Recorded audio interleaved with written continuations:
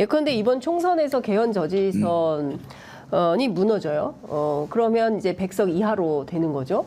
그러면 그 상황에서 대통령이 계속 9번이나 거부권 행사를 했고, 뭐 지금 투표는 안 되고 있지만 최상병 특검마저도 또 거부권을 행사하게 된다면 10번째 거부권 행사하는 건데, 이제 거부권을 거부하는 전국이 만들어지는 거고, 그렇죠. 그러면 말씀하신 대로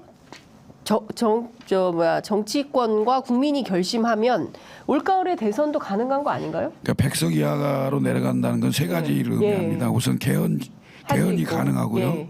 그다음에 탄핵이 가능하고요. 탄핵이 가능하고. 그다음에 거부권을 거부할 수 있죠. 그렇습니다. 그러니까 200석이 넘는다는 건 예. 3분의 2 규정인데요. 이렇게 되면 의회가 네. 사실상 권력을 갖고 있는 상황이 네. 되는 거겠죠. 예. 그럼 완벽하게 이재명 대표에게 오겠네요. 이재명 대표에게 올지 예. 아니면 뭐 다른 지도부가 또 생길지 모르겠죠. 그건 봐야 아니죠. 되는데. 왜냐면은 총선에 압승하면은 네. 8월까지는 그대로 이제 유지가 되기 때문에. 그러니까 이재명 대표는 본인 재판 끝나기 전에 대선하고 싶겠지.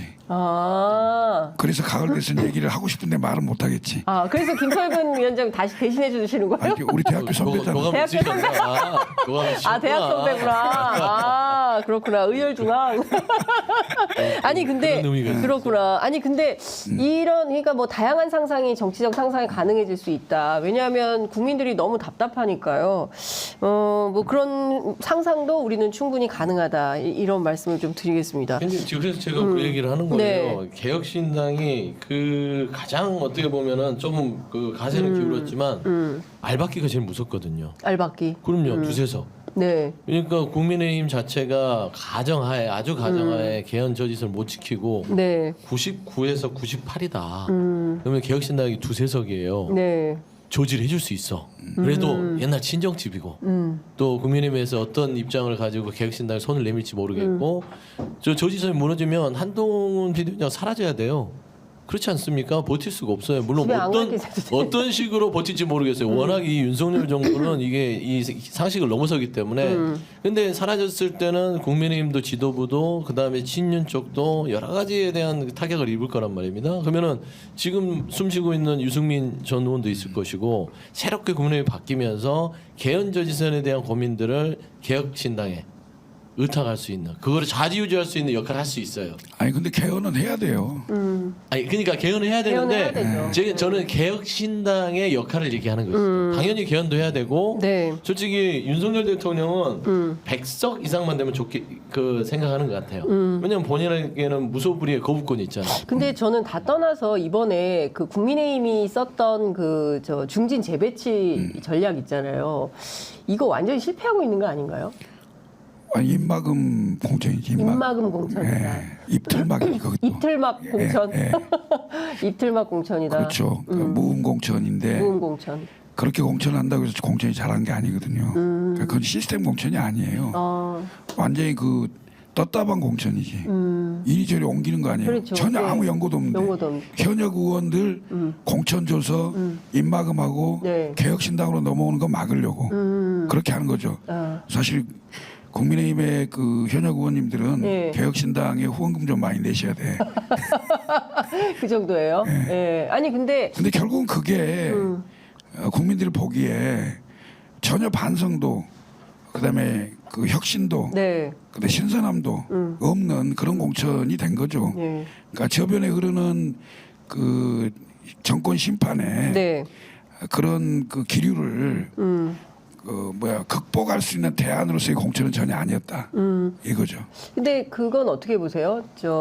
지금 보면 조혜진 의원이 갑자기 시국 기자회견을 해가지고 윤석열 대통령 무릎 꿇어라 이런 얘기를 했고, 그 다음에 내각 총사퇴 요구를 했어요. 그리고 그 이튿날 누구죠? 마포에 함은경 후보는 또 탈당하라고 요구했다가 둘 다 없던 일을 만들었어요. 아니, 그동안 뭐 했어? 그동안 뭐 했냐? 늦었어요. 너무 늦었다. 아니 공천하고 그다음에 한동훈 비대위원장 올 때부터 싸웠어야지. 이렇게 하면 안 된다. 이건 안 된다. 예. 하고 내부 투쟁을 세게 했어야죠. 내부에서. 그리고 문제 제기를 하고 그때는 입막혀서 아무 말 못 하다가 이제 공천도 다 받았고 이제 나가서 뛰어보니까 안 될 것 같으니까 이제 그 와서 얘기하면 무슨 아무 의미 없어. 의미가 없어. 그러면 만약에 이렇게 되면 보수 세력 자체가 괴멸 수준으로 가는 거 아닌가요? 아니 죽어야 삽니다. 죽어야 삽니다. 죽어야 산다. 네. 예. 한쪽은 배고파서 죽고 예. 한쪽은 배불러서 배 터져 죽고 이럴 거예요. 죽는 기간이 오래되면요 못 살 수도 있어요. 아니요 민주당도 다 80석도 해보고 했어요. 되게 오래 예, 걸렸어요. 알겠습니다. 되게 오래 걸렸죠. 오래 걸렸어요 일어나는데. 그러니까 지금 오늘 재밌는 보도가 오마이뉴스에서 나왔는데요. 수도권에 출마한 여야 후보들 쭉 사진을 봤더니 윤석열 대통령, 그러니까 국민의힘 후보들이 공보물에서 윤 대통령 사진 활용한 경우가 22명, 18%였고 이재명 대표 사진을 활용한 민주당 후보는 42명이었다는 거예요. 수도권 선거 모두 이제 122곳인데 21대 총선 그때 이제 문재인 대통령 시절인데 이때 민주당의 수도권 후보는 어땠냐? 69.4%가 공보물에 문재인 전 대통령 사진을 사용했다. 윤석열 대통령이 이만큼 인기가 없는 대통령인 거죠. 당연하죠. 사진 걸어놓으면 표 떨어지는데. 그러니까요. 참. 근데 좀 어제는 또 용산 대통령실에 그 김형석 연세대 명예교수를 초청했어요. 올해 104세. 아유, 엄청난데 이분을 왜 만났을까요? 선거에 도움이 된다고 좀 그냥 아무 생각 없이 만난 아무 생각 없이 만났을까요? 호평할 수밖에 없는 게 네. 지금 윤석열 대통령 그러니까 뭐 공보물 얘기하시길래 네. 저희가 윤석열 대통령을 이번 선거에서 보면 저희 공보물에 써야 되나 싶을 정도로 민주당을 도와주고 있는 거예요. 그렇지 않습니까? 아까 이제 뭐 이 현역들 재배치하는 부분들에 네. 있어서 잘 됐냐 안 됐냐 네. 거기에 대해서는 뭐 이제 결과적으로는 지금 현재는 아닌 것 같지만 저는 나름대로 전략적으로 포석을 했다고 봐요. 그리고 첫 출발 나쁘지 않았어요. 전체적으로. 근데 보면은 뭐가 있었냐면 이 판에 이 큰 축을 이제 내동경이 친 게 윤석열 대통령이잖아요. 론종섭, 이종섭 대사, 호주 대사 임명 이게 가장 컸습니다. 이건 복구가 안 됐던 부분이고 네. 그래서 어떤 전략도 통하지 않죠. 이렇게 뭐 말하자면 거의 죄를 뿌려놓으면 네. 떠먹을 수가 없잖아요. 그런 상황인 것 같고 그 다음에 의대 정원 관련돼서 의료개혁 담화 그냥 마지막 그냥 정점을 찍어버리더라고요. 죄를 뿌린 데다가 거기에다 그냥 좀 마냥 흙탕물을 끼얹어서 나 총선 포기했어 이런 느낌을 줄 정도로 하기 때문에 지금 뭐 연세대 교수님 뭐 제 생각에는 아버님하고 어떤 연관이 있는지 아니면은 본인하고 개인적인 연관인지 모르지만 한가해 보여요. 그러니까 이번 총선을 포기한 것 같은 느낌? 너희들은 너희들끼리 살아라.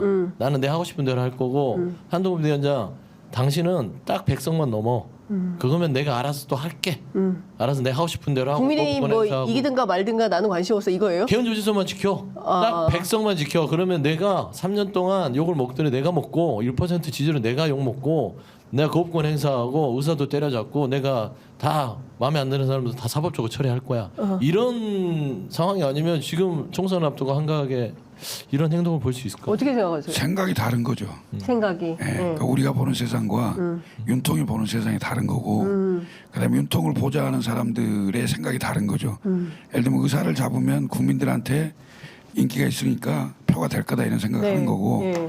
그다음에 60, 70대의 어른을 공경해야 된다는 차원에서 아마 이영석 교수를 불렀을 것 같은 김영석 네. 교수인가요? 네, 김형석 교수. 김영석 교수하고 오찬을 했을 것 같은데 네. 그런 이미지를 주기 위한 그러니까 노인층 공략, 그러니까 보수층 결집 네. 뭐 이런 걸 노리는 보수층 결집, 노인층 결집. 예, 이걸 노리는 것 같은데 네. 이렇게 하면 할수록 네. 고립되는 거예요. 아, 왜냐하면 수도권 20, 30대 중도층인데 네. 이분들을 확장하기 위한 끊임없는 그 메시지와 어떤 그 대책을 내놔야 되잖아요. 네. 이건 안 하고 한동훈 위원장도 마찬가지예요. 뭔가 일이 있으니까 박근혜를 만나버리잖아요. 그러니까. 예? 네. 그러면 TK하고 네. 보수층 결집으로 뭔가를 할 수 있다고 자꾸 생각하는 게 개헌조지서만 지키자는 거죠. 아니 그게 아니고 그게 아니고. 그 사람들 머리는 90년대에 있어요. 80년대가 아니라요? 아니, 그러니까 선거로는 네. 삼당합당 시절에 그 생각이 있는 거예요. 90년 삼당합당 시절 그러니까 방식대로. 그때에 보통 이제 4호선 정도 하시는 중진들 머리가 다 그거 있을 거예요. 예. 그러니까 그럼 이번 선거를 이렇게 전략한 사람이 누구라고 봐야 돼요? 헤드가? 아니 친윤이겠죠. 친윤? 예, 친윤? 예. 그러니까 뭐 그 누구지?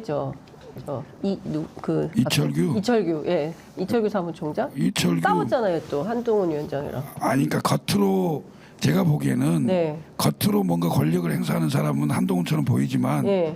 결국은 조정하고 실제로 그 정리한 사람은 이철규일 거예요. 근데 사무총장. 저는 이거 지금 좀 화가 나는 게 네. 김영석 연세대 명예교수 좋습니다. 네. 뭐 어르신을 공경하고 이런 부분들. 근데 왜 안 가냐고 그러냐면 어제가 며칠이죠? 4월 3일이죠. 맞습니다. 제주 4.3 추모식 있었죠. 안 갔죠. 꼭 가야 되고 만나야 될 사람들은 안 만나고 지금 연세대 노령의 교수를 만나서 이래야 됩니까? 이게 한가한 거죠. 그다음에 지금 의료개혁 담화해놓고 나서 지금 난리를 오락가락 하잖아요. 처음에 2,000명 고소하다가 뒤늦게 대통령실이 수습하면서 만날 수 있다. 전공이 만나야죠. 정작 만날 사람은 안 만나고 지금 뭐 하는 겁니까? 이래서 한가하다고 하는 것이고 국민의힘에서 보면은 참 아이고 죽겠다 이럴 수밖에 없는 거예요. 그렇죠. 근데 진짜 51분간 그걸 왜 읽었을까요? 윤석열 대통령을 비교적 잘 아시는 분 아니에요? 잘 몰라요. 왜 그래도 같이 아니, 밥도 먹고 막 하셨잖아요. 내 생각대로 절대 안 하더라고. 야, 근데 정치인들이 그러기가 쉽지 않. 아니 근데 어렵잖아요, 보통 그렇게 이제 하기가. 사석에서도 네. 본인이 거의 이제 대화를 주도하고 네. 본인 말만 하고 이제 그런 59분 대통령. 타고 이제 다 대부분 얘기하는데 네. 그 연초에 기자회견도 안 했는데 만약 그런 그 담화를 발표할 시간이 있었으면 네. 본인 내용 얘기하고 기자들 질문도 좀 받고 네. 이렇게 좀 소통을 해야 되잖아요. 근데 그거 자체를 안 해버리니까 네. 저도 이제 다른 방송에서 그런 얘기를 했어요. 심지어 민주당이 선거대책위원장이냐. 맞아요. 선거운동 기간 중에 대통령이 뭔가를 개입을 하는 상황이라면 적어도 본전 측이는 해야 될 거 아니야. 네. 근데 완전히 나와서 야당 선거운동을 도와주는 거예요. 오히려. 특히 이제 야당의 일부 후보들이 부동산 문제나 이런 걸로 굉장히 이슈가 되고 있는 상황이었는데 그걸 대통령 담화로 다 덮어져 버리는 이런 일을 하고 있는 게 너무 어이가 없지 너무 않습니까? 어이가 그러니까 저도 그 진짜. 의료개혁 담화를 보면서 네. 혹자들은 보수 패널들하고 이제 얘기를 하다 보면 네. 뭐 노무현 대통령 얘기를 하더라고요. 네. 검사와의 대화처럼 해야 되지 않냐. 아. 그게 말이 됩니까? 그건 능력의 차이예요, 개인의. 그 정도의 능력이 안 되기 때문에 솔직히 말씀드리면 되게 등치도 좋고 호탕하고 조화 빠르게 하는 것 같지만 겁이 많은 사람이다. 용기가 없는 분이다. 네. 예를 들면 의료개혁을 하려면 노무현 대통령은 검찰개혁을 한다고 했을 때 검사와의 대화를 했죠. 물론 거기서 여러 가지 설화도 있었고 네. 뭐 여러 가지 해프닝도 있었지만 좀 되면 막 가자는 겁니까 했지만 결국에는 검사와 만나면서 검찰개혁에 대한 명분을 얻었단 말입니다. 네. 근데 윤석열 대통령이 51분 혼자 홀로 담화를 네, 하지 않고 나 홀로 담아? 나 홀로 담화 말고 네. 진짜 기자들은 빼더라도 전공의와의 대화, 의사와의 대화를 통해서 의료개혁을 얘기하는 그런 모양새였다면 네. 지금처럼 호평 안 나왔을 거예요. 네. 본인이 의사들한테 이 얘기 51분 담화를 읽어주면서 서로 주거니 받거니 하면서 필요하다 돌아와달라 했을 때 과연 국민들한테 지금처럼 호평을 네. 받겠어요? 그러니까 이분은 뭐냐면 2,000명 증원을 가지고 국민들이 평가한다고 생각하는 그런 착오를 갖고 있는데 대통령의 문제 해결 능력을 가지고 지금 평가를 하는 거거든요. 네. 윤석열 대통령은 국정을 풀어갈 해법 능력이 없는 사람이다. 아. 무능하다라는 부분이 지금 비판의 포인트인데 그걸 인정 안 하는 거예요. 본인은 난 잘하고 있는데 왜 나만 갖고 그래 이런 느낌? 그러니까 참 그 답답한 게 어제 윤석열 대통령이 하루 종일 일정을 비우고 전공의를 기다렸는데 한 명도 안 나타났다는 거예요.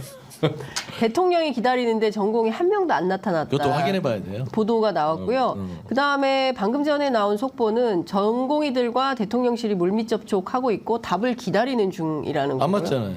그러니까 거기다가 또 나온 게 뭐냐면 이틀째인데 대화 제안.